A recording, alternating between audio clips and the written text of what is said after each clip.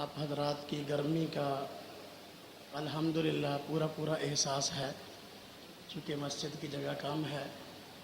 ہمارا پروگرام بھی انشاءاللہ اپنی روایت کے مطابق مختصر ہوگا۔ اب میں بلا تاخیر دعوت دیتا ہوں خطیب اہل سنت والجماعت مقرر شیخ بیان حضرت مولانا عبدالقدوس گجر صاحب، امیر عالمی اتحاد اہل سنت والجماعت پنجاب۔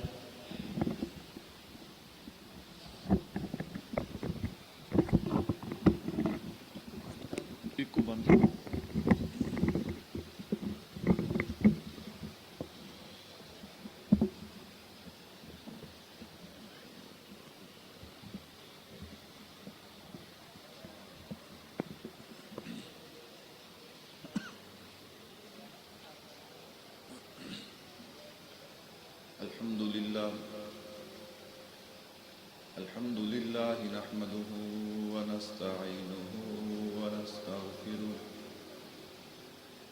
ونؤمن به ونتوكل عليه ونعوذ بالله من شرور أنفسنا ومن سيئات أعمالنا من يهده الله فلا مضل له ومن يضلله فلا هادي له ونشهد أن لا إله إلا الله وحده لا شريك له ونشهد أن سيدنا ومولانا محمدا عبده ورسوله أما بعد أعوذ بالله من الشيطان الرجيم بسم الله الرحمن الرحيم قل هل يستوي الذين يعلمون والذين لا يعلمون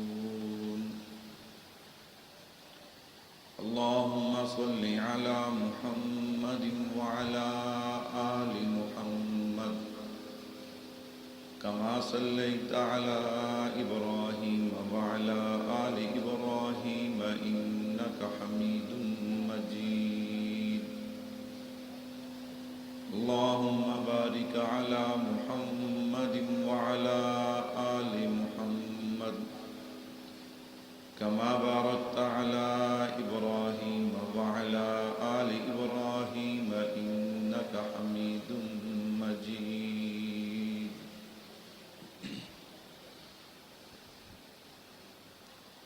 میرے نہایت ہی واجب الاحترام تشریف فرما حضرات علماء کرام، دیگر عزیز بزرگوں، دوستوں، بھائیوں، جیسا کہ آپ حضرات کے علم میں ہے کہ آج کا ہمارا پروگرام کوئی باقاعدہ جلسہ نہیں بلکہ صراط مستقیم کورس کی اختتامی تقریب ہے۔ الحمدللہ 150 کے قریب طلباء اور طالبات نے صراط مستقیم کورس پڑھا۔ اللہ سے دعا ہے کہ طلباء طالبات کا پڑھنا، ان کے اساتذہ کا پڑھانا اللہ قبول فرمائے۔ آج اختتامی تقریب ہے، ابھی حضرات علماء کرام اسناد بھی تقسیم فرمائیں گے۔ یہ تو مولانا نواز صاحب کا حکم اور ان کا بڑا پن ہے کہ اختتام پہ مجھ جیسے چھوٹے آدمی کو بلا لیتے، وگرنہ یہ اصل حق تو ان کا ہے، اور یہ حقیقت بھی ہے۔ الحمدللہ اللہ نے مولانا کو بڑی صلاحیت سے نوازا ہے۔ ابھی ہمارے مرکز اہل سنت والجماعت 87 جنوبی میں 12 دن کا تحقیق المسائل کورس تھا۔ پورے پاکستان سے طلباء تشریف لائے تھے، اور عین کورس کے آغاز سے 2 دن پہلے استاد محترم متکلم اسلام حضرت مولانا محمد الیاس گھومن صاحب دامت برکاتہم العالیہ، استاد جی کی گرفتاری ہو گئی۔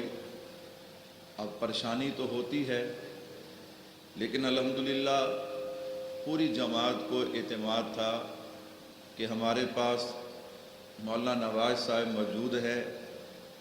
انشاءاللہ استاد جی کی کمی تو پوری نہیں ہو سکتی، لیکن ہمارے لیے مسائل نہیں بنیں گے۔ اور الحمدللہ پھر مولانا نے وہاں 12 دن رہ کر وہ کورس پڑھایا۔ یہ بات میں اس لیے نہیں کہہ رہا کہ میں مولانا کی شان کو اونچا کر رہا ہوں، آپ حضرات کو اس لیے بتا رہا ہوں کہ آپ حضرات مولانا کی جماعت ہے، ٹیم ہے۔ آپ کو اندازہ ہونا چاہیے اللہ نے آپ کو کیسا صلاحیت والا انسان دیا ہے۔ ان کی قدر کریں، ان سے محبت کریں، آپ ان کے ساتھ ملیں گے انشاءاللہ یہ مزید کھل کے دین کا کام کریں گے نا جی انشاءاللہ۔ پتہ نہیں تو انہوں سمجھ بھی لگتی پئی ہے کہ نہیں لگتی پئی، کیونکہ سپیکر کو ادھا نہ جگہ تھوڑی ہے، مسائل ہیں۔ تو میرے بھائیو، گرمی بھی ہے، بلا تاخیر میں اپنے عنوان پہ آغاز کلام کرتا ہوں۔ صراط مستقیم کورس کا اختتام گزشتہ سال آپ حضرات کے ذہن میں ہوگا کہ اسی عنوان پر میں نے آپ حضرات کے سامنے گفتگو کا آغاز کیا تھا، اور بارش اور آندھی کی وجہ سے ہمارا پروگرام متاثر ہوا۔ میں وہیں سے بات کا آغاز کروں گا، توجہ کیجئے گا۔ علماء فرماتے ہیں کہ 3 چیزیں آپس میں لازم ملزوم ہیں۔ وہ 3 چیزیں کون سی؟ نمبر 1 علم، نمبر 2 عمل، نمبر 3 اخلاص۔ کیا معنی؟ علم ہو اور علم پہ عمل نہ ہو تو ایسا علم دنیا میں بھی وبال جان اور آخرت میں بھی وبال جان ہے۔ علم بھی ہو، عمل بھی ہو اور اخلاص نہ ہو، ایسا علم اور عمل دنیا میں بھی مسائل کا شکار رہتا ہے ایسا انسان، اور آخرت میں تو پریشانی ہے ہی ہے۔ تو علم بھی ہو، عمل بھی ہو، اخلاص بھی ہو، ایسے بندے کی دنیا بھی سنور جاتی ہے اور آخرت بھی سنور جاتی ہے۔ اور یہ بات بھی ذہن میں رکھنا، اللہ اگر کسی آدمی کو علم بھی دے، عمل بھی دے اور اخلاص بھی دے، تو ایسے آدمی سے اللہ پھر دین کا خوب کام لیتے ہیں۔ اللہ رب العزت سے دعا کرنی چاہیے اللہ علم دے تو عمل بھی دے، علم کے ساتھ عمل، اور جب علم عمل دونوں آ جائیں تو اللہ اخلاص بھی عطا فرمائے۔ میرے بھائیو، میں آغاز کروں گا علم سے، جہاں تک وقت نے ساتھ دیا انشاءاللہ گفتگو کریں گے۔ فضائل علم کیا ہے؟ علم کی عظمت اور شان کیا ہے؟ علم والوں کو اللہ نے مقام کیا عطا کیا؟ علماء بڑی عجیب بات فرماتے ہیں، فرمایا اگر علم کے لفظ پہ غور کیا جائے، علم، صاحب علم کی عظمت سمجھ میں آتی ہے۔ کیا مطلب؟ علم میں اللہ نے 3 حرف استعمال کیے ہیں۔ نمبر 1 عین ہے، جو اس بات کی طرف اشارہ کر رہی ہے کہ جسے اللہ علم دے گا پھر اللہ اسے علیین میں مقام بھی عطا کرے گا۔ نمبر 2 آگے لام ہے، لام اس بات کی طرف اشارہ کر رہا ہے جسے اللہ علم دیتا ہے اس کے دل کی سیاہیاں دور ہو جاتی ہیں اور اللہ اس کے دل میں لطافت کو پیدا کر دیتے ہیں۔ نمبر 3 اس میں میم ہے، جو اس بات کی طرف اشارہ کر رہی ہے کہ جسے اللہ علم دے اللہ پھر اسے اپنی محبت بھی عطا کرتے ہیں، اپنے نبی کی محبت بھی عطا کرتے ہیں، اسے قرآن کی محبت بھی عطا کرتے ہیں، اسے صحابہ کی عظمت محبت بھی عطا کرتے ہیں، اسے اولیاء کرام کی محبت بھی عطا کرتے ہیں۔ بھائیو، علم کی فضیلت کیا ہے؟ علم کی شان کیا ہے؟ قرآن کہتا ہے قُلْ هَلْ يَسْتَوِي الَّذِينَ يَعْلَمُونَ وَالَّذِينَ لَا يَعْلَمُونَ، کہ علم والوں کا غیر علم والے مقابلہ کر سکتے؟ تھوڑا تھوڑا آپ بولیں تاکہ ماحول بنے اور گفتگو کرنا آسان ہو جائے۔ میرے بھائیو، علم والوں کی شان کیا ہے؟ علم والوں کا مقام کیا ہے؟ حضرت عبداللہ ابن مبارک رحمۃ اللہ علیہ سے کسی نے سوال پوچھا، حضرت بتائیے انسان کسے کہتے ہیں؟ آپ تھوڑی سی توجہ کیجئے گا، اب سوال پہ غور کرنا۔ سوال بڑا عجیب اور قیمتی ہے، سوال بڑا نرالا ہے۔ کیوں؟ سوال پوچھنے والے کو پتہ نہیں کہ انسان کسے کہتے ہیں، لیکن اس نے کیا پوچھا؟ حضرت انسان، اس کا معنی یہ تھا حضرت حقیقی انسان کسے کہتے ہیں، حقیقت میں انسان کون ہے؟ سوال بھی عجیب ہے، سوال بھی نرالا ہے، اور جواب دینے والے حضرت عبداللہ ابن مبارک ہیں۔ انہوں نے جواب بھی بڑا پیارا دیا، کہا انسان وہ ہے جو صاحب علم ہے، جس کے پاس علم ہے وہ حقیقت میں انسان ہے، اور جس کے پاس علم نہیں وہ حقیقت میں انسان نہیں ہے۔ میں نے کہا اس میں شک بھی کوئی نہیں ہے، جب تک انسان کے پاس علم نہیں تھا انسان کے حالات کیا تھے؟ میں نے کہا یہی انسان جب تک اس کے پاس علم نہیں تھا، یہ انسان ننگے بیت اللہ کا طواف کیا کرتا تھا۔ جب تک انسان کے پاس علم نہیں تھا اس نے 360 بت بنا کے بیت اللہ میں رکھے ہوئے تھے۔ جب تک انسان کے پاس علم نہیں تھا یہی انسان اپنی ماں کو جائیداد میں تقسیم کرتا تھا۔ جب تک انسان کے پاس علم نہیں تھا اپنی بیٹیوں کو زندہ دفن کرتے تھے۔ جب تک انسان کے پاس علم نہیں تھا زندہ جانور کا گوشت کاٹتے، جب وہ تڑپتا یہ خوش ہوتے۔ جب تک انسان کے پاس علم نہیں تھا اس نے سورج کو دیکھا تو اس کی عبادت ہے، چاند کو دیکھا تو اس کی عبادت ہے، لیکن جب انسان کو علم ملا ہے، میں نے کہا وہی انسان جو بیت اللہ کا ننگا طواف کیا کرتا تھا، جب انسان کو علم ملا ہے وہی انسان جو بیٹیوں کو زندہ دفن کیا کرتا تھا، وہی انسان جو بتوں کو پوجا کرتا تھا۔ جب اس انسان کو علم ملا ہے پھر اس کی عظمت اور شان یہ ہے، یہ چلتا فرش پہ ہے، آواز اللہ کے عرش پہ آتی ہے۔ میرے بھائیو علم کی عظمت کیا ہے، علم کا مقام کیا ہے؟ حضرت عبداللہ ابن مبارک رحمۃ اللہ علیہ نے کیا فرمایا؟ فرمایا انسان اسے کہتے ہیں جو صاحب علم ہے۔ کیا مطلب؟ حقیقت میں انسان وہی ہے جسے اللہ نے علم عطا کیا۔ میرے بھائی توجہ کرنا، علم کی فضیلت کیا ہے، علم کا مقام کیا ہے؟ حضرت علی المرتضیٰ شیر خدا رضی اللہ تعالیٰ عنہ کے پاس 10 آدمی آئے اور آ کر عجیب بات کی ہے، کہنے لگے حضرت ہم نے آپ سے سوال پوچھنا ہے۔ حضرت نے کہا پوچھو کیا سوال ہے؟ کہنے لگے ہماری شرط ہے۔ کیا شرط ہے؟ کہتے جی سوال ایک ہے، جواب 10 چاہیے، ہم 10 آدمی ہیں، ہمیں جواب علیحدہ علیحدہ چاہیے۔ میں قربان جاؤں، میں نے کہا تم نے تھوڑی بات کی ہے، تم نے شرط آسان لگائی ہے۔ کہتا مولوی صاحب کیا کہنا چاہتے ہو؟ میں نے کہا یہ کوئی عام انسان نہیں ہے، یہ وہ انسان ہے جسے حضور نے فرمایا انا دار الحکمت و علی بابوہا۔ میں نے کہا وہ شخصیت ہے کہ جسے حضور نے فرمایا اقضاہم علی، میرے علی سے بہتر کوئی فیصلہ کرنے والا نہیں،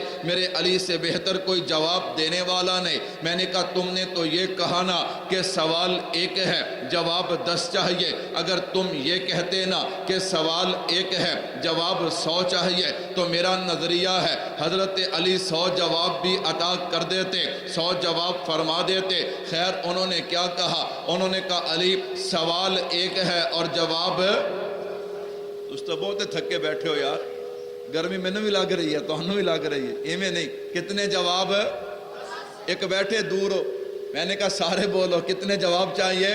10 جواب چاہیے۔ کہتا ہے سوال ایک ہے جواب 10 چاہیے۔ چلو میں نے کہا بات چلی ہے، میں یہاں پہ عقیدہ اور نظریہ بھی دیتا جاؤں۔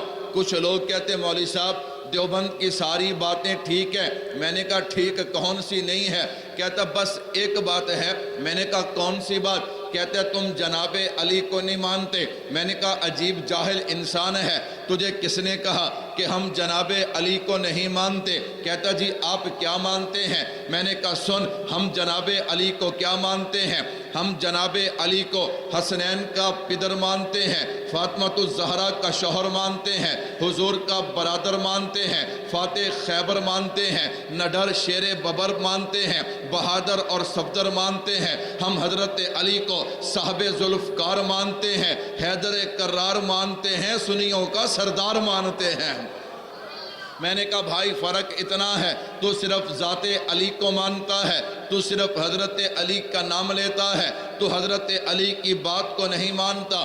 دیوبند والے اور تیرے اندر فرق یہ ہے، تو صرف ذات کی بات کرتا ہے، میں ذات علی بھی مانتا ہوں، میں بات علی بھی مانتا ہوں۔ میں نے کہا دیکھ لے میرا علی شریعت کا پابند ہے، اس لیے دیوبند والے بھی شریعت کے پابند ہیں۔ جناب علی کے چہرے پہ داڑھی ہے، دیوبند والے کے چہرے پہ داڑھی ہے۔ جناب علی 5 وقت کے نمازی ہیں، دیوبند والے 5 وقت کے نمازی ہیں۔ میں نے کہا حضرت علی چرسی نہیں تھے، نعوذ باللہ، وہ بھنگی نہیں تھے، وہ شرابی نہیں تھے، وہ بے نمازی نہیں تھے، وہ قرآن چھوڑنے والے نہیں تھے، وہ روزے چھوڑنے والے نہیں تھے۔ میں نے کہا فرق ہے تیرے اندر اور میرے اندر، تو صرف ذات علی کی بات کرتا ہے، میں ذات علی بھی مانتا ہوں، میں بات علی بھی مانتا ہوں۔ اگر آپ کی توجہ ہونا، میں اس پہ ایک بات اور عرض کرتا ہوں، ہم حضرت علی کے ہر فیصلے کو مانتے ہیں، حضرت علی کی ہر بات کو مانتے ہیں۔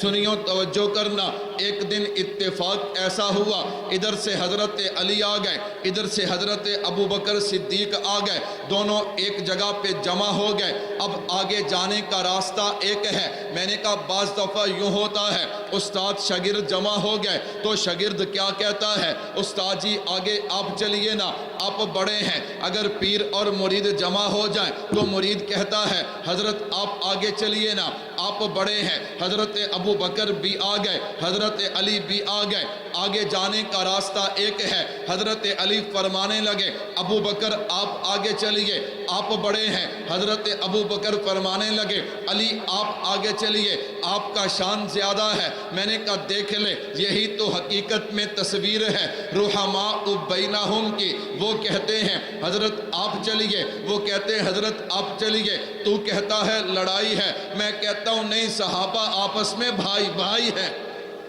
کیا ہیں آپس میں؟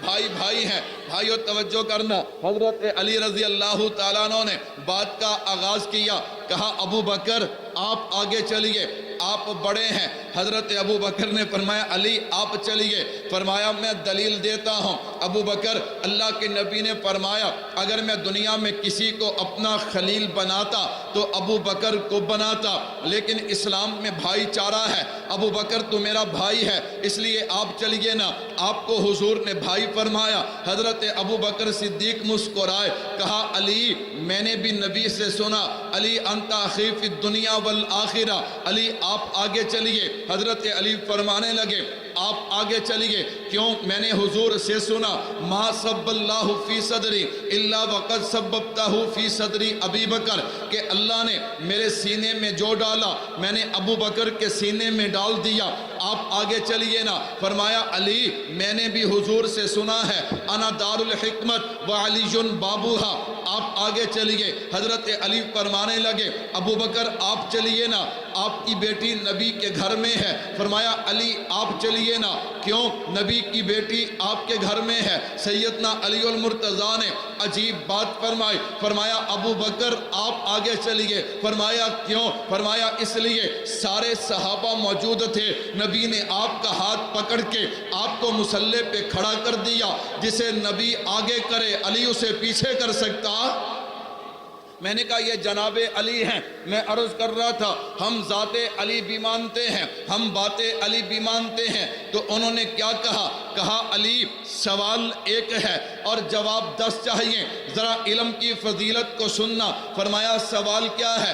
بتائیے دولت اور علم میں کیا فرق ہے؟ حضرت علی نے جواب شروع کیے، فرمایا نمبر 1 یہ دولت فرعونوں کی وراثت ہے، اور علم انبیاء کی وراثت ہے۔ نمبر 2، دولت کی حفاظت تمہیں کرنا پڑتی ہے اور علم تمہاری حفاظت کرتا ہے۔ نمبر 3، جس کے پاس دولت ہوتی ہے اس کے دشمن بہت ہوتے ہیں، جس کے پاس علم ہوتا ہے اس کے چاہنے والے بہت ہوتے ہیں۔ نمبر 4، اگر دولت کو تقسیم کیا جائے یہ ختم ہو جاتی ہے، علم کو تقسیم کیا جائے یہ اور بڑھ جاتا ہے۔ نمبر 5، جس کے پاس دولت ہوتی ہے اس کا دل کنجوسی کی طرف مائل رہتا ہے اور جس کے پاس علم ہوتا ہے اس کا دل سخی ہوتا ہے۔ نمبر 6، فرمایا دولت ایسا خزانہ ہے جس کے چوری ہونے کا خطرہ ہے، علم ایسا خزانہ ہے جس کے چوری ہونے کا خطرہ نہیں ہے۔ نمبر 7، فرمایا دولت لامحدود ہے اس لیے محدود ہے، اس لیے اس کا شمار ہو سکتا ہے،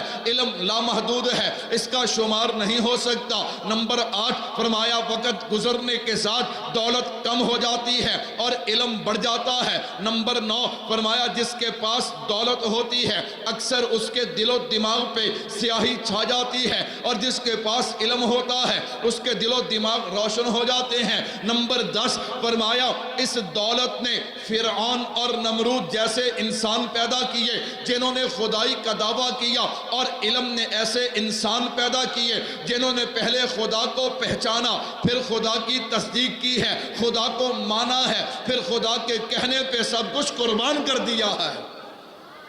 تھکی سبحان اللہ بھی نہیں کہتے، چھڑی سبحان اللہ۔ ساڑھی پنجابی کہتے ہیں نا چھڑی سبحان اللہ، چھڑی سبحان اللہ ہی کہہ چھڑو۔ میں نے کہا بھائی توجہ کرنا، علم کی فضیلت کیا ہے، علم کو اللہ نے شان کیا دی ہے، علم والوں کو اللہ نے مقام کیا دیا ہے۔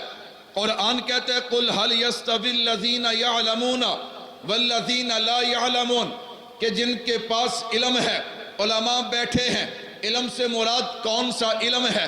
علم سے مراد شریعت کا علم ہے، علم سے مراد دین کا علم ہے، علم سے مراد قرآن کا علم ہے، علم سے مراد حدیث کا علم ہے، علم سے مراد فقہ کا علم ہے، علم سے مراد سنت کا علم ہے۔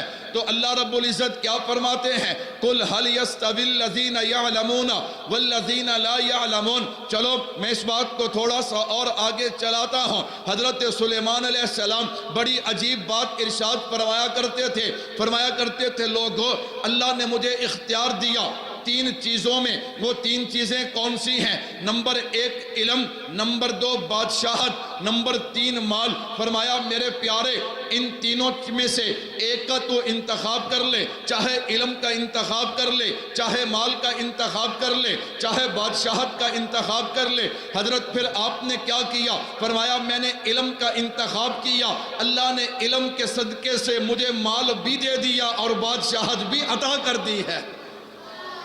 میرے بھائیو علم کی شان کیا ہے، علم کا مقام کیا ہے؟ آئیے ذرا میں بات کو تھوڑا سا آگے بڑھاتا ہوں، علم کی عظمت اور شان کیا ہے۔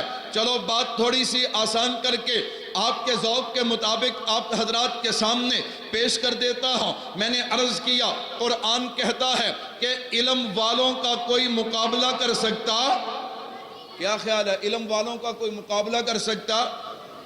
حضرت مولانا قاسم نانوتوی رحمت اللہ علیہ حضرت کے پاس ایک عیسائی آیا اور آ کر کہنے لگا حضرت میں نے آپ سے ایک سوال پوچھنا ہے۔ حضرت نے کہا پوچھ کیا سوال ہے؟ کہتا جی سوال یہ ہے، آپ کہتے ہیں کہ آپ کے نبی کا شان زیادہ ہے، ہم کہتے ہیں کہ ہمارے نبی کا شان زیادہ ہے۔ حضرت نے فرمایا تو کیا کہتا ہے؟ اس نے کہا جی ہم یہ کہتے ہیں کہ حضرت عیسیٰ علیہ السلام کا شان زیادہ، نعوذ باللہ آپ کے نبی کا شان کم ہے۔ اللہ اکبر۔ میں نے کہا واحد مسلمان ہیں، ہم کہتے ہیں آمنت باللہ و ملائکتہ و کتبہ و رسلہ، ہم کسی نبی کی شان کو کم نہیں کہتے، ہم کہتے ہیں سب نبی عظمت والے، شان والے، مقام والے ہیں، لیکن ساتھ ساتھ یہ عقیدہ اور نظریہ بھی ہے کہ جب آمینہ کے لال آ گئے اب نبوت کا سکہ چلے گا تو صرف محمد مصطفیٰ کا چلے گا، کسی اور کا نہیں چلے گا۔ ہم کسی نبی کی شان کو کم نہیں کہتے۔ حضرت نے کہا اس پہ دلیل کیا ہے؟ تو جو کہتا ہے حضرت عیسیٰ کا شان زیادہ، نعوذ باللہ ہمارے نبی کے شان کو کم کہتا ہے، اس پہ تیرے پاس دلیل کیا ہے؟ اب وہ دلیل دینے لگا، کہتا ہے دیکھو ہمارے نبی نے مردے کو زندہ کیا اور آپ کے نبی نے کسی مردے کو زندہ نہیں کیا۔ قُلْ هَلْ يَسْتَوِي الَّذِينَ يَعْلَمُونَ وَالَّذِينَ لَا يَعْلَمُونَ، جس کے پاس قرآن کا علم ہے اس کا کوئی مقابلہ کر سکتا نہیں ہے۔ حضرت کہنے لگے وہ بھی نبی کا معجزہ ہے، ہم مانتے ہیں، ہم انکار نہیں کرتے، لیکن اتنا تو بتانا جسے تیرے نبی نے زندہ کیا وہ پہلے زندہ تھا یا نہیں؟ اس نے کہا ہاں پہلے زندہ، بعد میں مرا ہے، پھر زندہ کیا۔ کہا جسے تیرے نبی نے زندہ کیا وہ کبھی کھاتا اور پیتا تھا، سوتا اور جاگتا تھا، چلتا اور پھرتا تھا؟ اس نے کہا جی ہاں پہلے زندہ پھر مرا ہے پھر نبی نے زندہ کیا۔ کہا یہ تیرے نبی کا معجزہ ہے،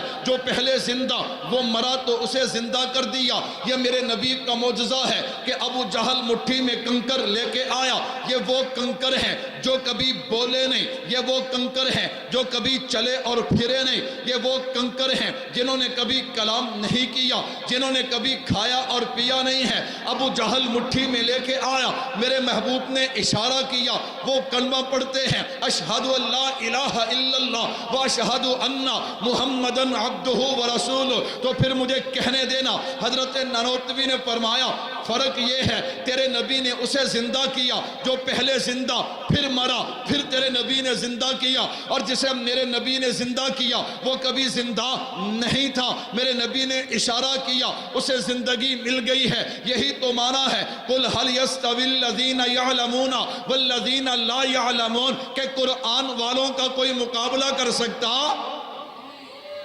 قرآن والوں کا کوئی مقابلہ کر سکتا؟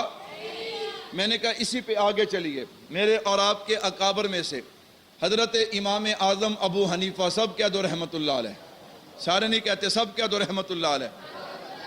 حضرت امام صاحب کے پاس ایک بندہ آیا، بعض دفعہ لوگ آتے ہیں مسئلہ پوچھنے اور بعض دفعہ آتے ہیں چسکا لینے۔ کیا کرنے؟ پانی ہے جی پانی، بہت گرمی ہے، انتہائی گرمی۔ سارے حضرات دودھ پاک پڑھ لیں۔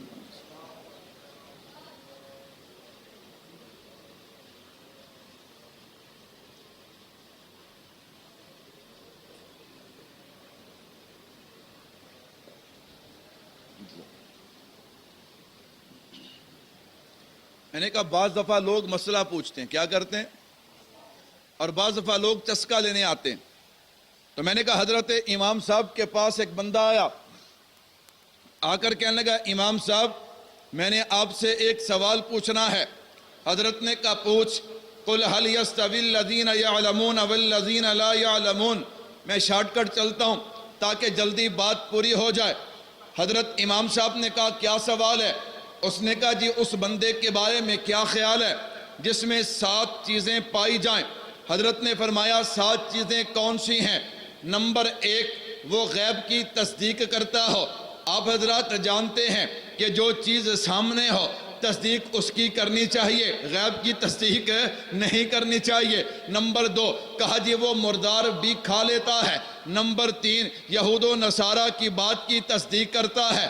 نمبر 4 اللہ کی رحمت سے دور بھاگتا ہے۔ نمبر 5 اللہ جس کی طرف بلائیں اس کی پرواہ نہیں کرتا، اللہ جس سے ڈرائیں وہ اس سے ڈرتا نہیں ہے۔ نمبر 7 وہ فتنے کو بڑا محبوب رکھتا ہے۔ بھائیو علم کسے کہتے ہیں؟ علم والوں کی شان کیا ہے؟ کہا حضرت بتاؤ جس بندے میں یہ 7 چیزیں پائی جاتے ہوں اس کے بارے میں آپ کا کیا حکم ہے؟ آپ اس کے بارے میں کیا کہتے ہیں؟ حضرت امام صاحب کا جواب سننا۔ حضرت امام صاحب فرمانے لگے جس میں یہ 7 چیزیں پائی جائیں وہ پکا مومن ہے۔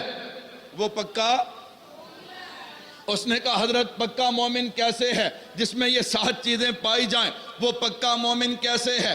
حضرت نے فرمایا پہلی بات تو نے کہا وہ غیب کی تصدیق کرتا ہے۔ ایمان کیا ہے؟ الذین یؤمنون بالغیب، یہ غیب کی تصدیق تو کر رہا ہے۔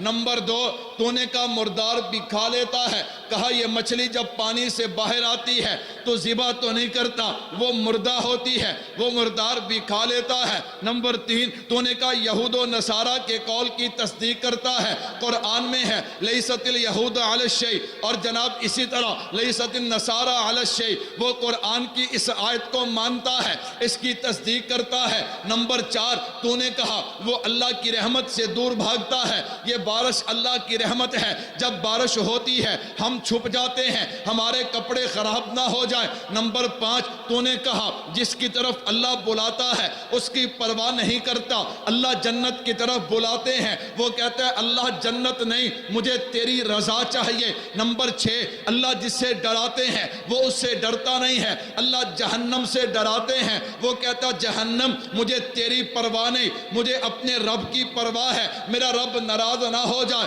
نمبر 7 تو نے کہا فتنے کو محفوظ رکھتا ہے، سینے سے لگاتا ہے، فتنے سے پیار کرتا ہے۔ قرآن کہتا ہے کہ اللہ نے اولاد اور مال کو فتنہ بنایا، انما اموالکم و اولادکم فتنہ، وہ اپنی اولاد سے پیار کرتا ہے، فرمایا اسی لیے جس میں یہ 7 چیزیں پائی جائیں وہ پکا۔ اللہ نے میرے امام کو بڑا عجیب علم دیا، میں نے کہا علم والوں کا غیر علم والے مقابلہ کر سکتے؟ 2 میاں بیوی رات کو بیٹھے آپس میں گپ شپ چل چڑی، اب میاں بیچارہ باتیں کر رہا ہے اور عورت بات سنتی، وہ غصے میں، میاں تھک گیا، تھک ہار کے کہتا ہے کہ اگر تو نے پہلے میرے ساتھ بات نہ کی تو میں نے بھی تیرے ساتھ بات، قسم اٹھا لی، کہتا ہے مجھے قسم ہے اگر تو میرے ساتھ بات نہیں کرے گی تو میں بھی تیرے ساتھ بات۔ بیوی پہلے تیار بیٹھی، اس نے کہا میں نے بھی قسم اٹھا لی، پہلے تو بولے گا تو پھر میں تیرے ساتھ بولوں گی، ادھر بھی قسم ادھر بھی قسم۔ اب صبح کو غصہ ٹھنڈا ہوا، اب دونوں پریشان ہیں، حضرت سفیان ثوری رحمت اللہ علیہ کے پاس چلے گئے، حضرت نے فرمایا معاملہ بڑا خراب ہے، جو پہلے بولا اس کی قسم ہے ٹوٹ جائے گی۔ آپ کہیں گے مولوی صاحب ایڈی کڑی گل پریشانی آلی، قسم ہی ہے نا۔ میں نے کہا بھائی ہمارے ہاں کوئی اہمیت نہیں، لیکن اس دور میں جب بندے قسم اٹھا لیتے پھر قسم کو توڑتے نہیں تھے، اس لیے جو بندہ قسم توڑ لیتا اس کی گواہی قابل قبول نہ ہوتی، اس لیے اب دونوں پریشان ہیں۔ خامد کے ذہن میں آیا چلو میں امام اعظم امام ابو حنیفہ رحمت اللہ علیہ کے پاس چلتا ہوں۔ یہ چلا گیا، جا کر امام صاحب کو صورت بیان کی ہے، امام صاحب کا جواب سننا، امام صاحب فرمانے لگے جا کر اپنی بیوی کو بلا لے، تیری قسم بھی نہیں ٹوٹے گی، تیری بیوی کی قسم بھی۔ یہ بندہ آ گیا، ہماری طرح ضدی نہیں تھا، نہیں امام صاحب میں نہیں منتا، اسے پتا تھا یہ امام اعظم ہے، یہ کون ہے؟ آ گیا، آ کر بیوی کو بلا لیا، بیوی کہتی ہے جا تیری قسم کیا ہو گئی؟ انہوں نے کہا نہیں ٹوٹی، انہوں نے کہا نہیں ٹوٹ گئی، نہیں ٹوٹی، کیسے کہتے میں امام اعظم امام ابو حنیفہ رحمت اللہ علیہ کے پاس سے ہو کر آیا ہوں۔ کہا کیسے ہو سکتا ہے؟ چلو حضرت سفیان ثوری کے پاس چلے گئے، حضرت نے کہا مجھے بھی ساتھ لے چلو، علمی اختلاف یوں ہوا کرتے ہیں، میں بھی جا کر امام ابو حنیفہ سے پوچھتا ہوں کہ قسم کیسے نہیں ٹوٹی۔ امام صاحب نے سب کو بٹھا لیا، کہا صورت بیان کرو۔ اب خامد کہتا ہے میں نے کہا قسم ہے مجھے اگر تو پہلے میرے ساتھ نہیں بولے گی تو میں بھی تیرے ساتھ نہیں بولوں گا۔ پھر عورت نے کیا کہا؟ عورت کہتی میں نے بھی کہا کہ پہلے تو، فرمایا اب عورت بول رہی ہے، یہ فرشتوں کے ساتھ کلام کر رہی ہے، یہ جنوں کے ساتھ کلام کر رہی ہے، یہ اس کے خامد سے کلام کر رہی ہے، یہ پہلے بولی تو خامد کی قسم نہیں ٹوٹی، میں نے خامد کو کہا جا کر تو بلا لا تیری قسم بھی۔ بس انشاءاللہ تقریر ادھار ہے، بہت مشکل ہے گفتگو کرنا، پھر کبھی موقع ملا انشاءاللہ۔ یہ رمضان کے فضائل بھی میرے ذمے تھے، انشاءاللہ مولانا جمعے پہ آپ کو سنائیں گے۔ بہت گرمی ہے، اللہ آپ حضرات کو جزائے خیر عطا فرمائے، انشاءاللہ پھر حاضری ہوئی تو بیان ہوگا۔ وما علینا الا البلاغ۔